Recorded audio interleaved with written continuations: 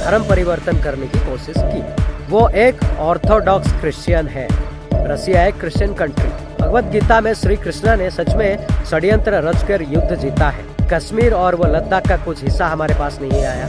संविधान सबको अधिकार देता है कि आपने रिलीजियस का प्रैक्टिस करें, तो भारत में रहने वाले क्रिश्चियन क्यों नहीं कर सकते? क्रिश्चियंस की बनाई हुई वेपन को यूज करते हैं। भारत देश में रहने वाले क्रिश्चियंस के साथ फ्रेंडशिप नहीं करेंगे। हेलो दोस्तों, welcome to my new blog. कैसे हैं आप सभी? रिसेंटली रशियन डेलीगेशन हमारे इंडिया आए थे, यानी कि रशिया का जो president sir Vladimir Putin India visit किए। और रशिया और इंडिया का जो दोस्ती है वो बहुत पुरानी दोस्ती है। रशिया मेड वेपन हमारे यहाँ यूज होता है, चाहे वो S-400 हो, चाहे वो सुखोई फाइटर जेट हो, वैक्सीन हो, कुछ भी हो। हमारे यहाँ पे हमारे देश में 60 to 70% Russian made weapon use होता है। आप सभी ने पहलगाम के अटैक में देखा होगा S-400 उसने कैसा काम किया। जब व्लादिमीर पुतिन यहाँ पे इंडिया विजिट किए, हमारे देश के प्राइम मिनिस्टर उनको भगवत गीता रशियन लैंग्वेज में ट्रांसलेट करके प्रिंट करके व्लादिमीर पुतिन के हाथ में दिए। ये मैं कहूँगा ये धर्म का प्रचार है। भारत देश के नरेंद्र मोदी प्राइम मिनिस्टर वो अपना धर्म का प्रचार करते हैं। अगर मैं इल्जाम लगाऊं और उन्होंने व्लादिमीर पुतिन का धर्म परिवर्तन करने की कोशिश की। क्यों यह इल्जाम लगाया दोस्तों? क्योंकि आज भारत देश के अंदर हमारे सारे भाई बहनों के साथ भी यही इल्जाम लगाया जाता है। हमें बाइबल मिला, अवैध रूप से बाइबल रखा हुआ था। तो अगर मैं कहूँ नरेंद्र मोदी ने अवैध रूप से वो भगवत गीता व्लादिमीर पुतिन के हाथ में दिया। व्लादिमीर पुतिन कौन है? वो एक ऑर्थोडॉक्स क्रिश्चियन है। रसिया एक क्रिश्चियन कंट्री। जब उन्होंने उनको भगवत गीता दिया तो हमारे भारत देश के कुछ तथाकथित लोग ये कह रहे हैं कि अब Russian president Vladimir Putin Bhagavad Gita से पढ़कर षड्यंत्र करके अपनी युद्ध को जीत सकते हैं।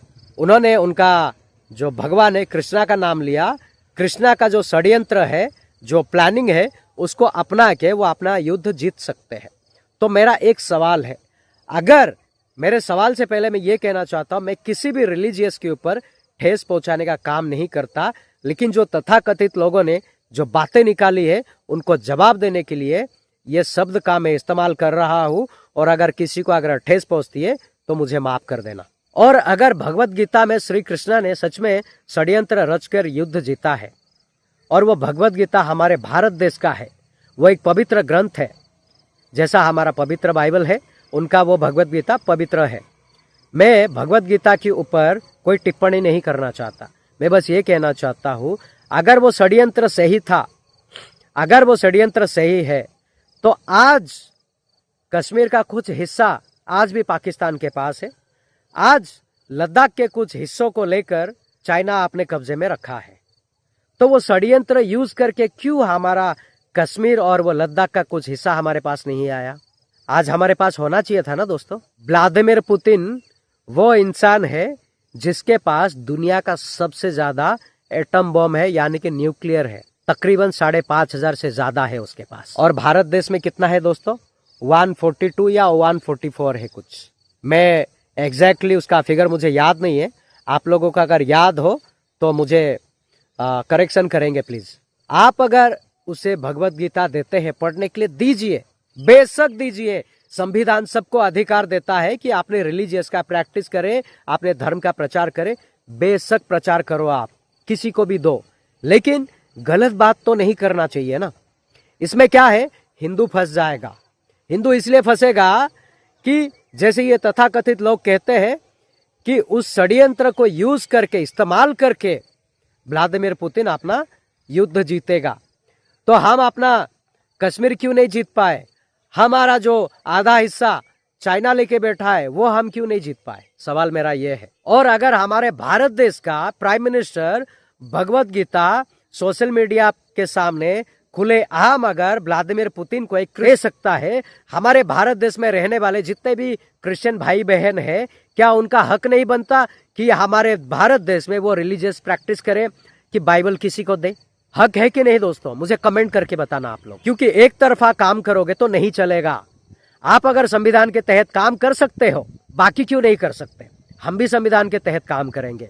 अगर mister prime minister Narendra Modi अगर अपना धर्म का प्रचार कर सकते हैं, तो भारत में रहने वाले क्रिश्चियन क्यों नहीं कर सकते हैं? आप सभी क्रिश्चियंस कंट्री से वेपन को लेकर आते हैं, क्रिश्चियंस की बनाई हुई वेपन को यूज करते हैं, और सारे क्रिश्चियन कंट्री में जाकर क्रिश्चियंस डेलीगेशन जो मंत्री है उन सभी के साथ फ्रेंडशिप कर सकते हैं।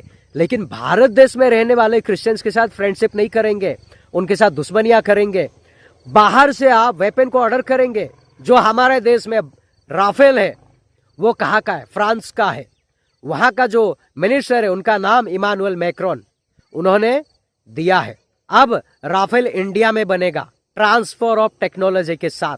रसिया वो भी सुखोई का ट्रांसफर और टेक्नोलॉजी इंडिया में दे रहा है, इंडिया में वो भी बनेगा। तो कहने का मतलब ये है,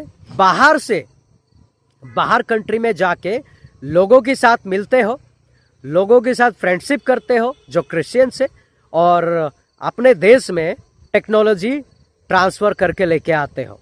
आपको थोड़ा सा सोचना ये चाहिए कि क्रिश्चियंस के पास कितना दिमाग है, कितना बुद्धि है, और क्रिश्चियंस कितने बड़े बड़े काम करते हैं, ये आपको थोड़ा सा सोचना चाहिए। क्यों मैं ऐसा कह रहा हूँ? क्रिश्चियंस जो भारत में रहते हैं उनको पैरों तले रोक देते हो, उनको कीड़े मकोड़े के बराबर समझते हो, और जब व्लादिमीर पुतिन आते हैं उनको प्राइम मिनिस्टर हमारे रिसीव करने के लिए जाते हैं। ऐसा भेदभाव क्यों? आपको पता है कि क्रिश्चियंस कैसे होते हैं? यूरोप की कंट्री में भारत के लोग जाके सेटल होना चाहते हैं, और बहुत सारे लोग वेल सेटल है, अच्छा खासा उनका नौकरी है, अच्छा खासा फैमिली है। वो लोग भारत को क्यों नहीं पसंद करते? इस देश में अगर कोई प्रॉब्लम है, अगर ये देश के अंदर अगर अशांति फैली है, सिर्फ और सिर्फ वो तथाकथित लोग, वो बजरंग दल, आरएसएस, वो हिंदुओं की वजह से है। और वही हिंदू में से कुछ हिंदू भारत छोड़ के जाके बाहर शिफ्ट होकर रहते हैं सुकून और शांति के साथ। क्यों ये दोगला काम? क्यों ये हमारे भारत देश में होता है? भारत देश में भी क्रिश्चियंस वो करना चाहते हैं, शांति अमन लाना चाहते हैं, एजुकेशन लाना चाहते हैं, लोगों को शिक्षा देना चाहते हैं, लोगों की ट्रीटमेंट करना चाहते हैं, हॉस्पिटलिटी करना चाहते हैं, लोगों के साथ ब्रदरहुड का रिश्ता रखना चाहते हैं, लोगों के साथ भाईचारे का रिश्ता रखना चाहते हैं। लेकिन ये कुछ चुनिंदे लोग भारत देश में वो करने नहीं देते। और जब बाहर से डेलीगेशन आते हैं, उनकी फोटो के सामने आरतियां करेंगे, फोटो के सामने अगरबत्ती जलाएंगे, फूल उनके सामने फेंकेंगे। क्या फायदा फिर? ये झूठी प्यार, ये झूठी आशा दिखाने का क्या मतलब है? क्या फायदा? इससे क्या मिलेगा? सिर्फ ये ना कि हम बिजनेस कर पाएंगे। लेकिन एक बात याद रखो, ये जो डबल स्टैंडर्ड का गेम खेल रहे हो, ये ज्यादा दिन नहीं चलेगा। ये पृथ्वी पर क्रिश्चियन कंट्री सबसे ज्यादा है, और सारे के सारे क्रिश्चियन कंट्री में अब धीरे धीरे ये ऐलान हो रहा है कि हर जगह क्रिश्चियंस को सताया जा रहा है, मारा जा रहा है, पीटा जा रहा है, उनके ऊपर कोई रहम नहीं करता। तो इसीलिए मेरा कहना यह है, जब आप भगवत गीता दे सकते हो तो एक क्रिश्चियंस को भी वो हक है कि वो भी किसी भाई को बाइबल दे, वो भी किसी जगह पे जाके प्रेयर करे, अपना धर्म का प्रचार करे, अपना रिलीजियस प्रैक्टिस करे। तो आप लोग भी करो, जैसा नरेंद्र मोदी ने किया व्लादिमीर पुतिन के साथ। जो भी तथाकथित लोग देख रहे मेरा इस वीडियो को, आपको तकलीफ जरूर होगा, लेकिन आप भी वैसा करो। आप भी जाओ, लोगों के बीच सड़क पे उतरो, माइक लेके, स्पीकर लेके सड़क पे उतर कर आप आपका रिलीजियस की प्रैक्टिस करो, प्रचार करो। इस देश में कोई भी माइकल लाल आपको रोकेगा नहीं, लेकिन क्रिश्चियंस को रोकना बंद करो। क्रिश्चियंस संविधान के तहत काम करता है, करता आया है, कर रहा है और करता रहेगा। और क्रिश्चियंस को तकलीफ देना, क्रिश्चियंस को चोट पहुंचाना, ये बंद होना चाहिए। तो दोस्तों, आज की इस टॉपिक पे आप सभी का क्या ओपिनियन है, कमेंट बॉक्स में ज़रूर देना। और जाते जाते एक रिक्वेस्ट आप सभी से है, मेरा और 2 यूट्यूब चैनल है, डिस्क्रिप्शन में उसका लिंक है, जाइए और हमारे चैनल को सब्सक्राइब करें, हमें सपोर्ट करें ताकि परमेश्वर के राज्य का काम करना हमारे लिए आसानी हो। फिर मैं मिलूंगा एक नेक्स्ट वीडियो में, तब तक के लिए अपना ख्याल रखिएगा। Thank you so much. God bless you all.